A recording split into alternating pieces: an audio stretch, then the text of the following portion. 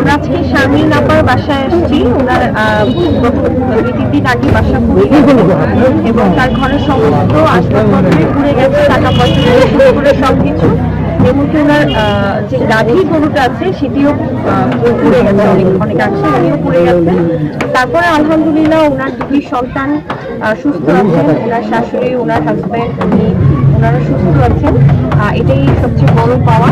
তো আমরা যখন এই কথাটা শুনতে পারলাম, শহীদুল আঙ্কেল যখন জানালেন যে চরশরীফপুরে এরকম একজন বাসিন্দা আছেন যার বাসাটা পুড়ে গিয়েছে, তো এটা শোনার পর তখন আমি তাৎক্ষণিকভাবে সিদ্ধান্ত নিলাম যে আমি আসবো শারমিন আপার সাথে দেখা করতে।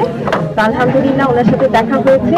যদিও আজকে অসংখ্য বৃষ্টি ছিল, বৃষ্টির মাঝখানে আসলে আমরা মানে মনে করেছিলাম হয়তো আসা সম্ভব হবে না। আলহামদুলিল্লাহ আল্লাহ তাআলা ওনার কাছে পৌঁছেছে এবং আমরা ওনাকে সার্বিক যতটুকু পেরেছি সহযোগিতা করেছি, খাদ্যদ্রব্য দিয়ে এবং পোশাক দিয়ে।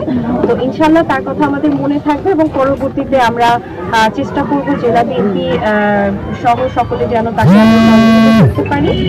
তো আপনারা সবাই পরিবারের জন্য দোয়া করবেন এবং আমি এলাকাবাসীকে ধন্যবাদ জানাই যারা ওনার ঘরে আগুন লাগার পরে পানি দিয়ে সহযোগিতা করেছে এবং আগুন নেভানোর ব্যাপারে সহযোগিতা করেছে।